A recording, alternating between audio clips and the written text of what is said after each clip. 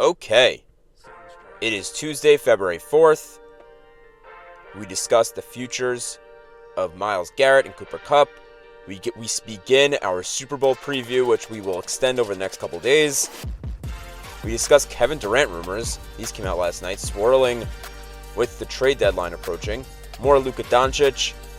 Anthony Davis trade details have emerged, and an MLB umpire was fired due to suspected gambling. This is the Early Game Podcast. Listen to the show in the mornings on your commute, whenever and wherever, so you can be a part of today's sports conversations. Let's go. Okay. So yesterday, we had multiple players in the NFL who might be on the move via trade.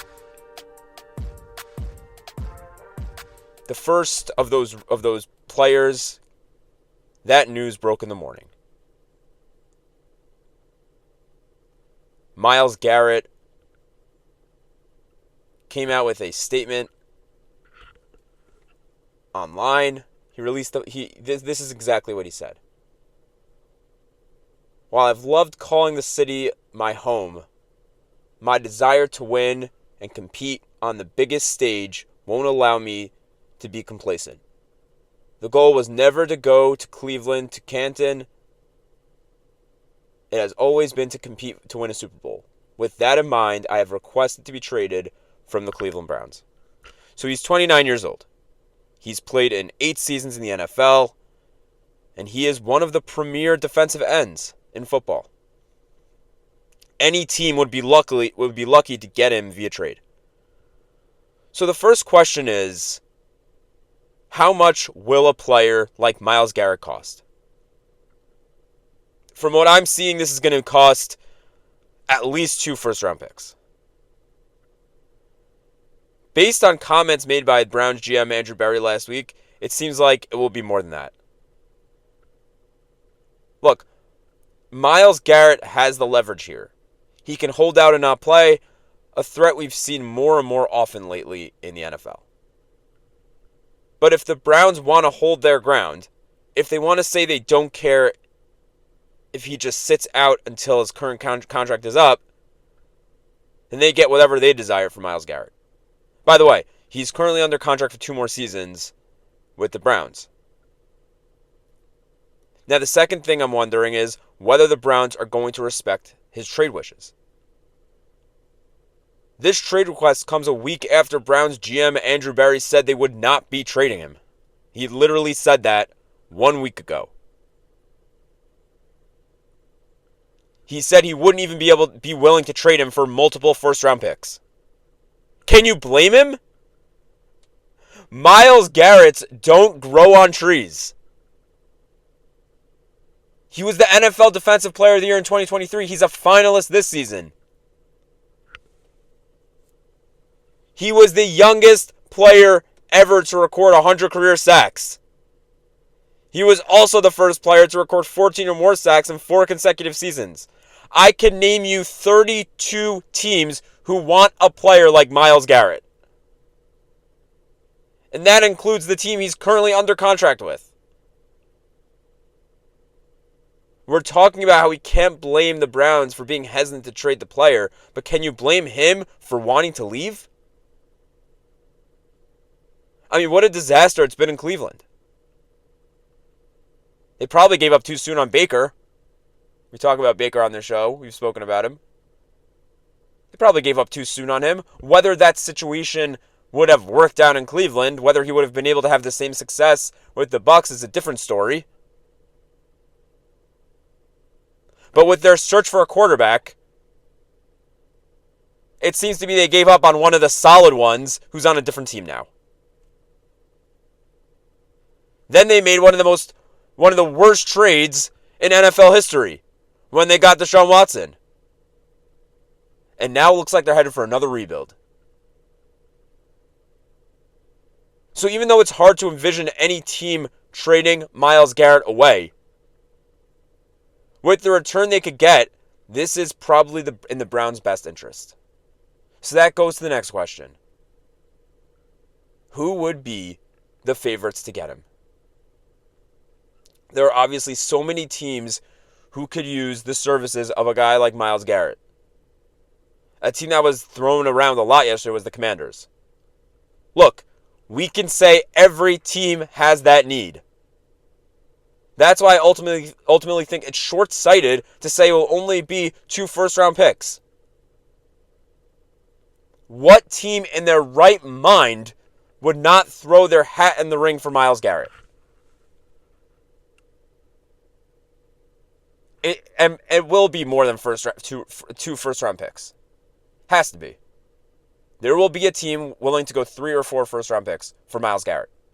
You don't get a player of that caliber who can elevate your team's defense often, if ever, like Myles Garrett. Any team could use him. And frankly, it will be worth the 3 first-round picks you give up for him. Okay, let's move on. So last night, we had another player who was possibly on the move. Or probably will be on the move.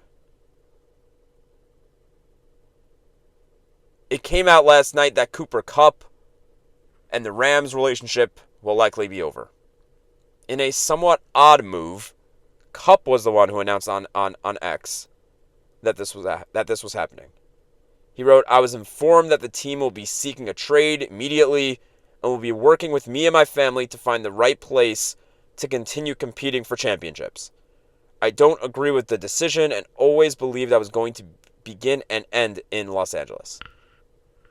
Look, he is obviously older and owed a lot of money. It's not like wide receivers age well in the NFL. See DeAndre Hopkins, Amari Cooper, Stephon Diggs. So the issue here is he will be paid like a wide receiver 1, but probably won't produce like one. So what team is going to be willing to take on a contract knowing all that? That remains to be seen.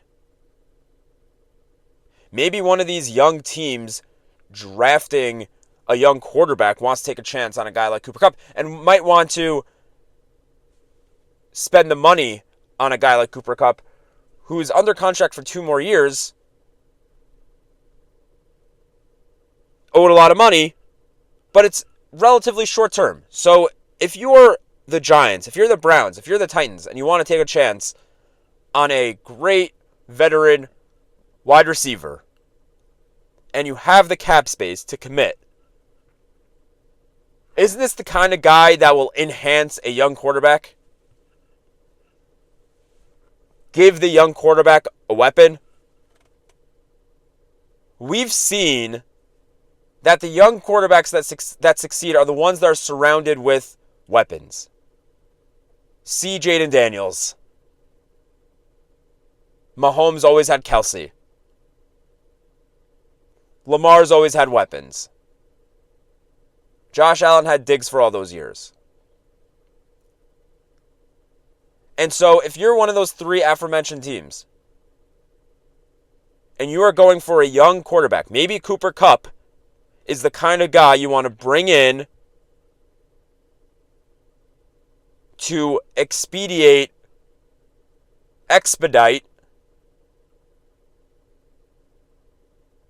the learning curve for whatever quarterback you're going to bring in. And frankly, if any of those 3 teams go a different route, so say they don't draft a quarterback, whatever quarterback you bring in is going to be a mid-tier quarterback or already in the NFL. So Sam Darnold is one of them that's a free agent. Kirk Cousins is possibly on the move. So you're telling me that either of those 2 guys wouldn't benefit tremendously from Cooper Krupp? From Cooper Krupp being their wide receiver? I think there should be a lot of suitors. And now they said, the statement said, which, side point, that statement was odd, that Cooper Krupp is out here giving comments about where his future is going to be. But you're telling me he's going to be deciding almost where he's going? They're going to work with him about where he's going?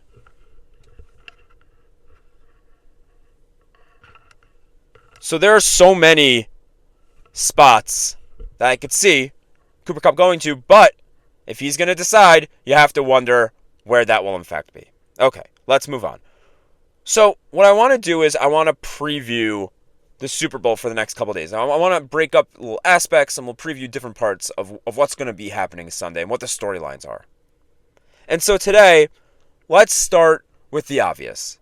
We have two quarterbacks with very different narratives being written and different legacies that they are trying to continue the story for.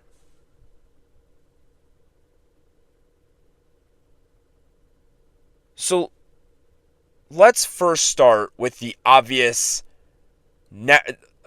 legacy that is going to be affected tremendously on Sunday, and that is with Patrick Mahomes. With Mahomes, we're talking about greatest of all time status. We're talking about GOAT status. He's 29 years old.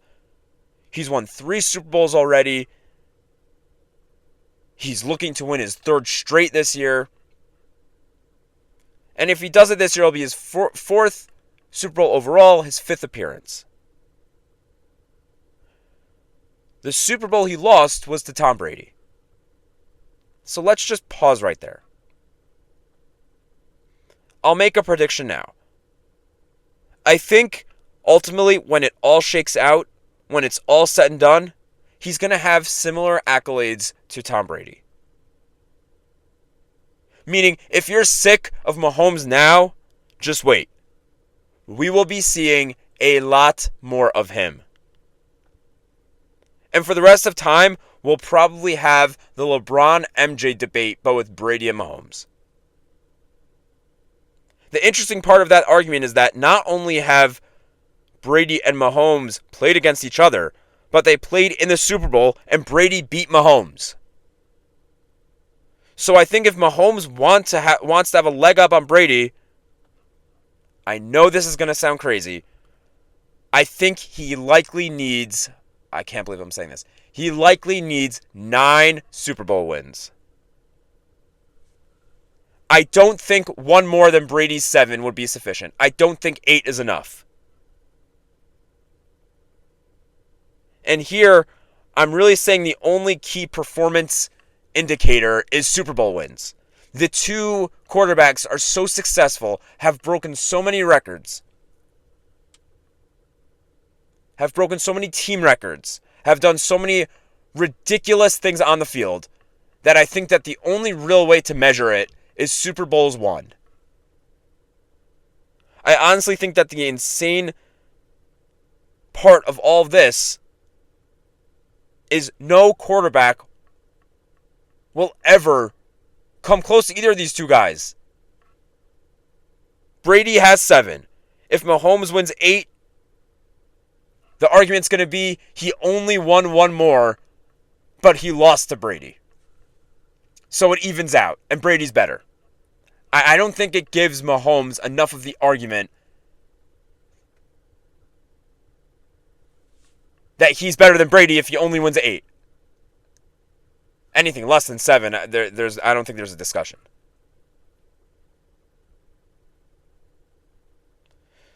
So I think Brady is the GOAT, unless Mahomes finds a way to win 9 Super Bowls. Will he?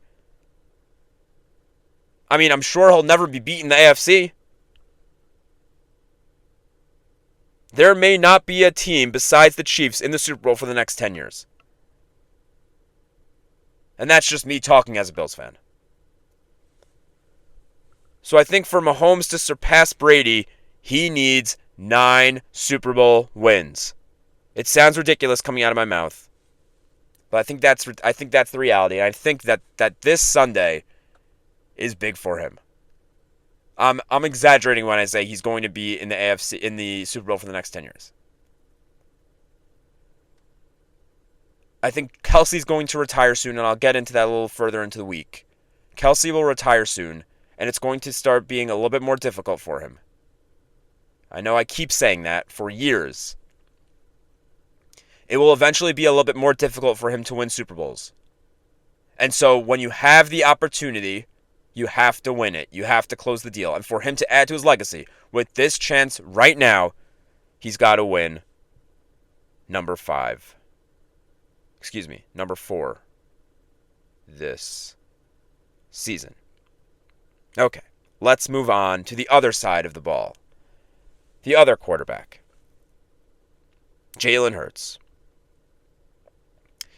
And talking about legacy and talking about greatest quarterbacks in the league, he's just not part of that conversation. It's crazy.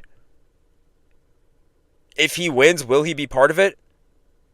And what I'm talking about is the 4 quarterbacks being the best in the league. We always talk about Mahomes, we talk about Josh Allen, Lamar Jackson, and Joe Burrow. Jaden Daniels isn't quite there yet, but he is on his way.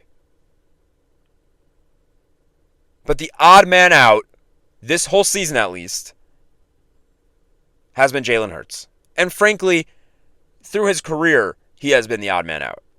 He's never quite been able to consistently be a part of that conversation. But now he's playing in his second Super Bowl. Allen, Burrow, and Lamar have played in only one combined Super Bowl, and this is Jalen Hurts' second.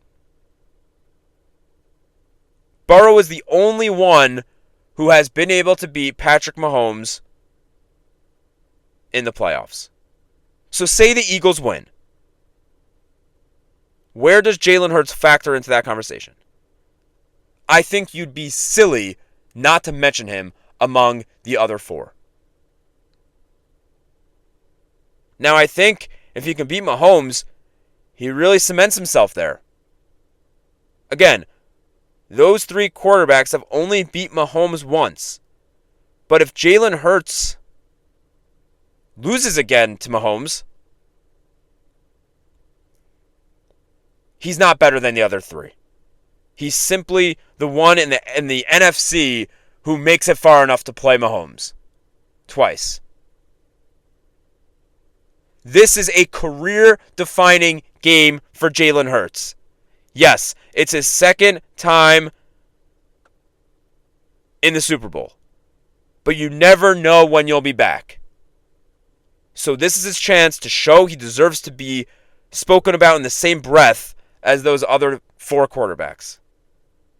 At least as the other 3. Maybe he'll probably never be in the same breath as Mahomes. Can he be the one to knock out the king and bring the Super Bowl back to Philly?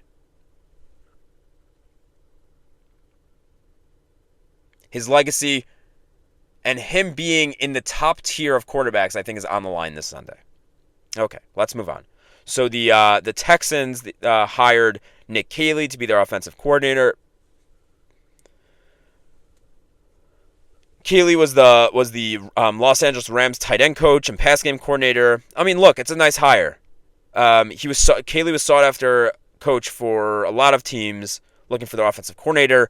I think the big one, the team that really wanted him were the New York Jets.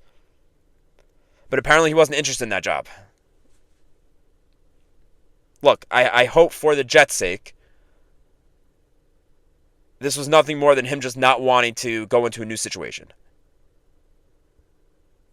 He has D'Amico Ryans and that whole, the Texans have a quarterback. They have weapons. Makes sense that that's where he would want to land. Okay. Let's move on. That was a lot of NFL for today. Let's move on to the NBA. With the trade deadline fast approaching, we're starting to get more and more rumors. And so last night, we got the latest fascinating one. Chris Mannix of Sports Illustrated tweeted, "The Warriors are indeed serious about reuniting with Kevin Durant," sources told SI. And with efforts to acquire Jimmy Butler stalled, rival execs believe the Suns are strongly considering Durant deals before the deadline. I mean, is the NBA back? Give me the Warriors revenge tour here. The last two raw. While you're at it, trade for Klay Thompson. I know they can't. That's a joke. You can't trade for a player in the same season that you dealt that. Well, he left in free agency. I actually don't know how that works. I know that a lot of Knicks fans are clamoring for DiVincenzo to come back, but I think you can't trade for a player you traded away. But maybe they could. Maybe they could trade for Klay Thompson. Maybe we could get the band back together. I'm loving all these rumors. So you have the Suns, first of all, who are on two sides of the spectrum here. They either want to trade for Jimmy Butler and, in theory, really compete, or totally tank it and trade away Kevin Durant. And speaking of Jimmy Butler, we've been speaking about this saga for so long. I mean, Jimmy Butler was in the first episode I recorded of Early Game. He was one of the main topics about him being traded, and that was the day after Christmas. So that was December 26th. Was the first episode. We're more than a month later, and we've still got zero resolution to that. And so with the trade deadline coming up Thursday, it is going to be a fun next 3 days, it seems like. And I'm excited to put a bow on that Jimmy Butler story. But KD to the Warriors, that would be fun. And this is shaping up to be one of the better NBA trade deadlines we've seen in a long, long time. And obviously, Luka and AD skew that in one way or another. But it's looking fun. And speaking of Luka and AD, there were more details yesterday about that deal. One thing that was reported was the Mavs inquired at least one other team besides the Lakers. So, as if that's supposed to exonerate them from basically sports malpractice for only talking to the Lakers about this deal. And since I brought that up, so much came out yesterday about how sensitive the Mavs wanted to be about trading Luka. They didn't want it to get out. They didn't want the agent to find out. They didn't want other teams to find out. They didn't want it leaking because they didn't want him finding out in case they couldn't get it done. And so much yesterday came out about how secretive that process was. Everybody was making fun of the fact that LeBron didn't know. I kind of believe him after everything that's been said yesterday. And again, that is that they did not want it to get out. They wouldn't tell anybody. And they didn't want it to get back to Luka. But here's the thing. They so badly didn't want it to get out that they leveraged against themselves. Because the Lakers knew they were negotiating against only with the Lakers. And it cost less because the Lakers couldn't find out if Luka would want an extension. But that's BS if you ask me. You think Luka wouldn't want an extension with the Lakers? So essentially what happened was the Lakers' big arguing point, their big negotiating tactic was, well, we don't know if he's going to sign an extension, so make it 2 less first-round picks.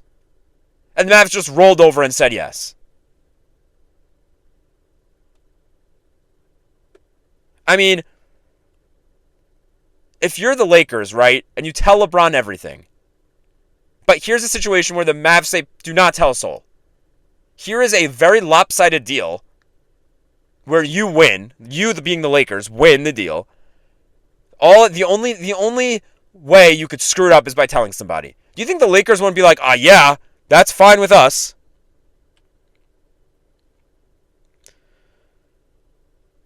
I also heard an interesting thought yesterday by Michael Kay on the Michael Kay Show.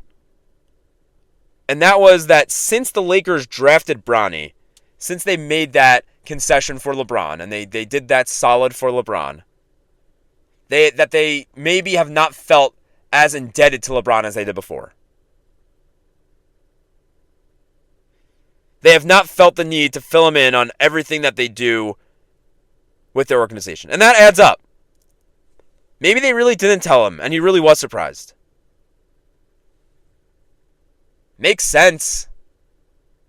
Now, apparently, Luka bought a $15 million house in Dallas last week, and he cried when he found out he was being traded. I'm not sure if you can hear it, but I'm playing the smallest violin I could find. I'm playing the world's smallest violin. I feel really bad for him. A lot of people have been referencing Mark Cuban here. one of the misconceptions is that he actually does not own a majority of the Mavs anymore, and he doesn't run their basketball operation. So this did not involve him. But Chandler Parsons yesterday said he texted Cuban saying he's very confused, and Mark Cuban responded, "That makes 2 of us."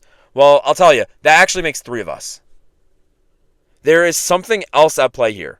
I don't care how out of shape you are, when you produce at that level, when you come off of leading your team that far to the NBA Finals just a year ago, there has to be something else. And I'm sure we will find out sooner rather than later. Okay, let's move on. We've got one last story here. So last night in baseball, news broke. Jesse Rogers tweeted, per MLB, umpire Pat Hoberg has been fired for sharing betting accounts with a friend who bet on baseball, though there is no evidence Hoberg himself bet on games or manipulated any that he worked. He also deleted messages central to MLB's investigation. I mean, this is such a problem in sports. First of all, I cannot believe he deleted messages. That is a big no-no. We spoke about Terry Rozier last week, and that gambling issue, and now this. Look, the major sport leagues have a huge issue on their hands. It's good for them to be cracking down, but there needs to be a more proactive approach. I don't know what it is, but this is just wild. The umpire, the ultimate judge in a baseball game, having some sort of gambling connection to the game is insane. That is crazy.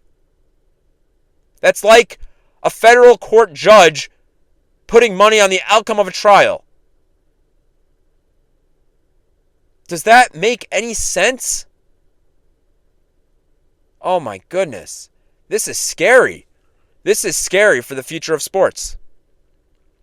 And again, as I said, they're going to have to find some sort of proactive approach to making sure that this does not happen. Okay, that's a show. Tomorrow we're going to continue coverage of the Super Bowl, and we'll see whatever else happens in sports. This is the Early Game Podcast. Make sure you're subscribed on YouTube, follow on X, follow on Spotify, like, and comment. Have a wonderful day.